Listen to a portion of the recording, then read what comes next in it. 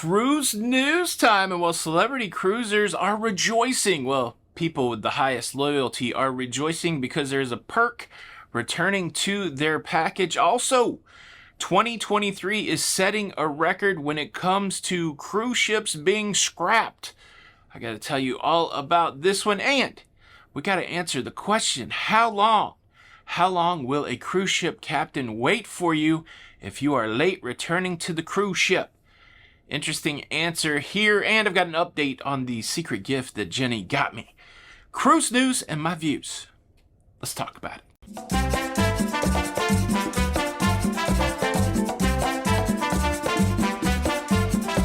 Hey, what's up, everybody? Welcome to La Lido Loca. I'm your host, Tony, here with the latest cruise news and views for your face. And well, I'm doing the show today with a special guest, the sun.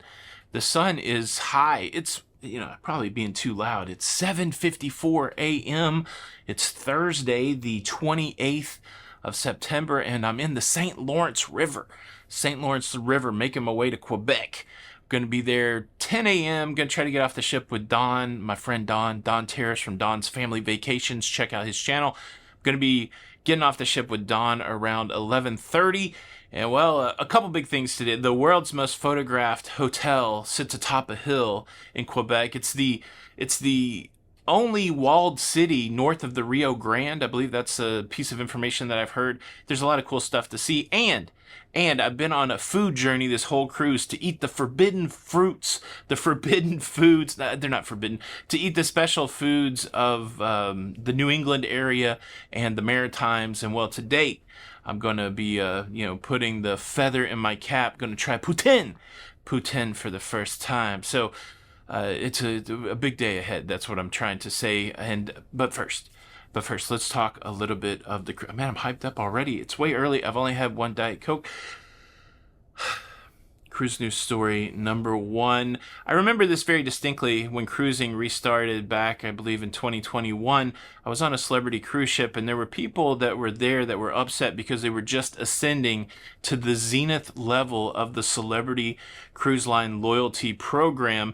And one of the main benefits of that zenith level is they got access to the retreat lounge. Now, the retreat itself is a ship within a ship concept. You pay a high dollar to be in the retreat, and you don't ever have to interact with any of the other plebs out there, any of the other lowlings on the cruise ship. You can do everything in the retreat. You get a really nice cabin, you get really good service, you get your own lounge, you get your own restaurant, you got your own sun deck.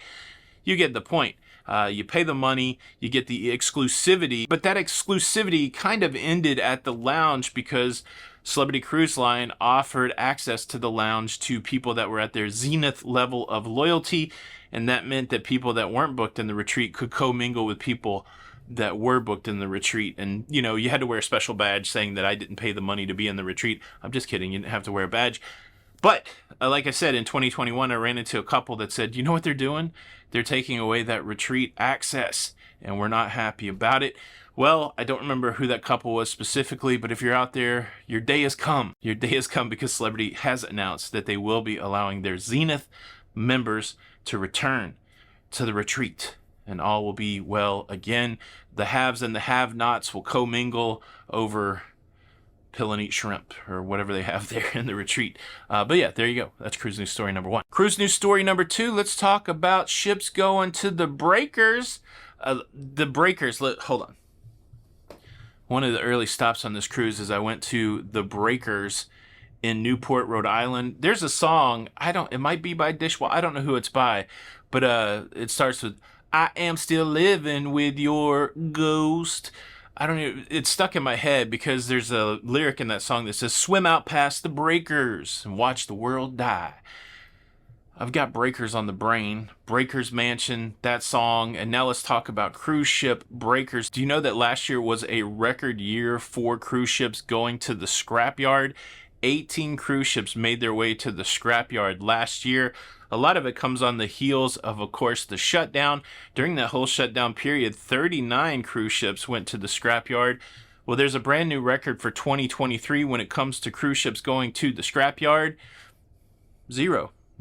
No ships. Maybe it's not a record. I'm sure there's other years that zero ships went to the scrapyard, but It's a good indicator that things are starting to stabilize for the cruise industry. No cruise ships going to the scrapyard. It could mean two things, though. It could mean that cruise lines are extending some of their older products. They could be slowing down on new builds.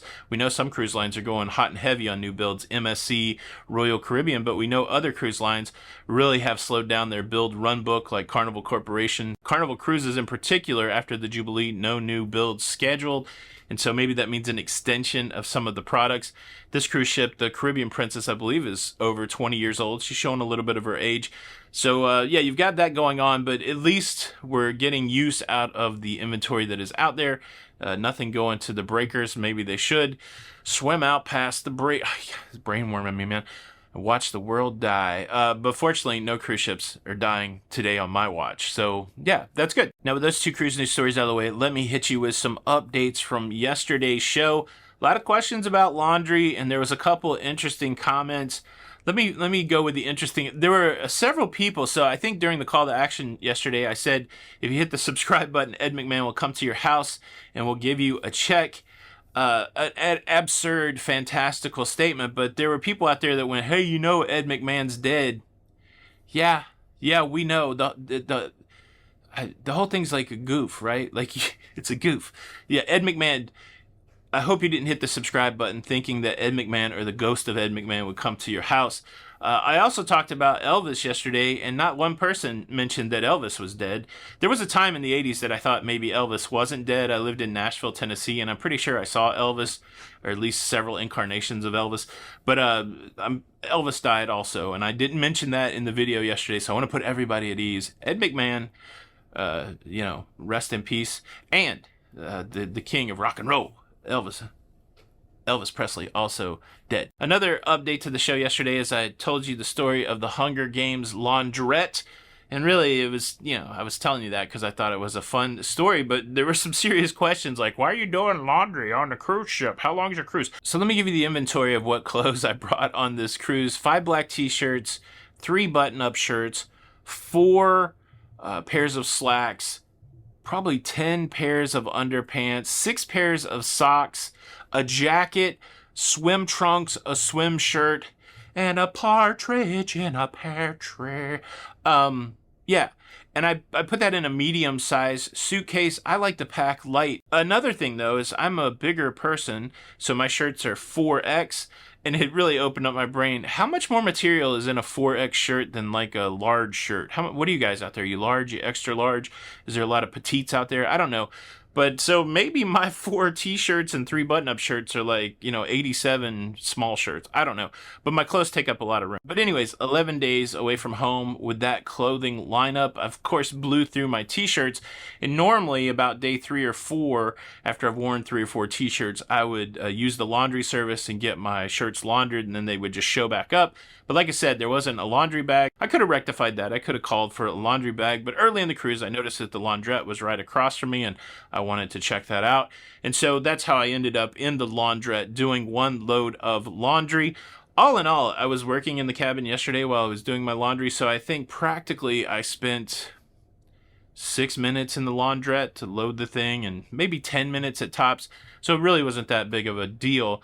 But yeah, I hope that's an explanation for the laundry that everybody was hoping to have. And I certainly can get on board with the people that say, hey, I don't want to do laundry on the cruise. Normally, I pay somebody to do it for me on the cruise, but then you wouldn't have got that cool story, right? That's part of the life that I'm living. I've got to do things outside the box so that I can give you a cool story and then ruin the magic of that story by over-explaining it. But I'm trying to service all the people out there. Those that got it, and those that didn't, there's the explanation.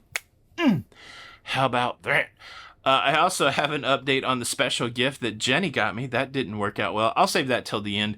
Let's do this real quick. Let me quickly invite you to subscribe if you like staying up to date with everything going on in cruising. Sorry, I'm thinking about Ed McMahon already. Please consider cruising. Please consider subscribing with the notification bell on. That way, Ghost of Ed McMahon will come and give you a fake check. And he'll do it with Johnny Carson and George Burns. They're both dead also. Okay. Subscribe if you like this zaniness. Thank you in advance. Now let's look at the question, how long will a cruise ship captain wait for you if you are late to the cruise ship? And look, in my mind, I thought they'll never wait for you, but there is one time they will wait for you. This information comes from the Royal Caribbean blog. One of their correspondents over there interviewed a cruise captain that had worked for, I believe, Royal Caribbean for 25 years, and he gave some insight. I'll leave a link to that article if you want to go check it out. He gave some insight on how long a cruise ship would wait. The first answer is, just assume they're not going to wait for you. How about that? That's the thing. Just assume that they will not wait for you. That's the big takeaway. That's what you should know as a cruiser. Always be on time for the cruise ship. But there is a circumstance where the cruise ship will wait, and that is if you are on a ship purchased excursion. So if you purchased your excursion from Royal Caribbean and that excursion is late coming back to the ship, the excursion department is in contact with the captain, and if it is a reasonable amount of time, the captain will certainly wait for you, wait for that excursion to return. If it becomes apparent that that time period is going to be too exorbitant, the cruise ship can't wait forever, and the cruise ship will move on, and Royal Caribbean or any cruise line will make other arrangements for you to meet back up with the cruise ship. Another circumstance where the cruise ship may wait for you is if somehow you are able to contact the cruise ship and let them know that you are running late. But it's not a guarantee. The other thing that happens is if you're missing off a cruise ship, they will call your emergency contact number that you gave them. So make sure you give them a good contact number. But again, I think the big takeaway is don't be late for the cruise ship. But there could be some circumstances where the cruise captain will wait for you. But for the most part, if you're not there, they're leaving. So it's an interesting article. Make sure you go give Royal Caribbean blog some love. Pretty cool. All right. It was a little bit of a saga when it came to getting my gift. I showed you the piece of paper that I got in my cabin. Jenny B, being the beautiful, mindful woman that she is, she realized that we're trying to watch our food intake. And a lot of times the gifts that you can pre-purchase for somebody on a cruise involve food. And she found a creative way to get me a gift that wasn't food. She gave me a gift that was some sort of souvenir pack. And I think she thought that it was just going to be in the cabin. And I got this piece of paper that said you had to go to the shops to get your special souvenir pack. And so I did that. I took the little piece of paper. I went to the Princess shop probably around, I don't know, 4:30 yesterday. And I said, hey, I received this gift from my wife. What is it? You know, do I get it here? And the guy looked at it and he's like, I don't know what that is. I don't know. He said that he'd just come from another ship, that he'd never seen it before. Fair enough. He told me to come back at 7 p.m., that his colleague would be there and that we would get it sorted. So I knocked around, I played some blackjack, I ate some dinner, and around 7:15, I showed up at the shops, and there was another gentleman there, the colleague, I presume, and I presented him with the piece of paper, and he said, I don't know what that is. But apparently they'd already prearranged for a supervisor to come over, and so they tracked down the supervisor a few minutes later, and he came over, and, well, he knew what it was. And so he looked at it, and he said, oh, I know what this is. We don't have it. You don't have it. He said, yeah, we don't have what's included in this. So, yeah, we don't have it. So my mind starts racing. I'm able to get out the words, well, what do I do now? I'm already thinking, do I have to go to customer service? Is this becoming a longer adventure than I anticipated? Unfortunately, the guy said, well, if you want, we can give you a ship model in lieu of the souvenir package. And I said, well, what exactly was the souvenir package? And he said the souvenir package was a small ship model and like some ornaments, I guess Christmas ornaments. And I said, well, that sounds fine. And so Jenny B essentially got me a ship model. The price of the ship model is $44. And I asked Jenny B, is that more or less than what you paid? And she said, that's more than what I paid. So sounds like we got a good deal. Full-size ship model of the Caribbean Princess. And while I was there, I did notice this at the counter. They have charms for Pandora's bracelets. And Jenny B collects Pandora bracelets. And so I told Jenny I got her a sea witch, that I thought it would be super appropriate for her bracelet. And she said, what? And I meant, well, because that's the Princess logo, not inferring or implying. Which is it, infer or imply? Not inferring or implying anything. One of those is written, one of those is spoken. But yeah. That's the tale of the Sea Witch and the Wayward Souvenir Shop. On today's episode of Cruise News and My Views. Hope you guys are doing great. Hit the like button. See you on the Lido. Bye. Cruise.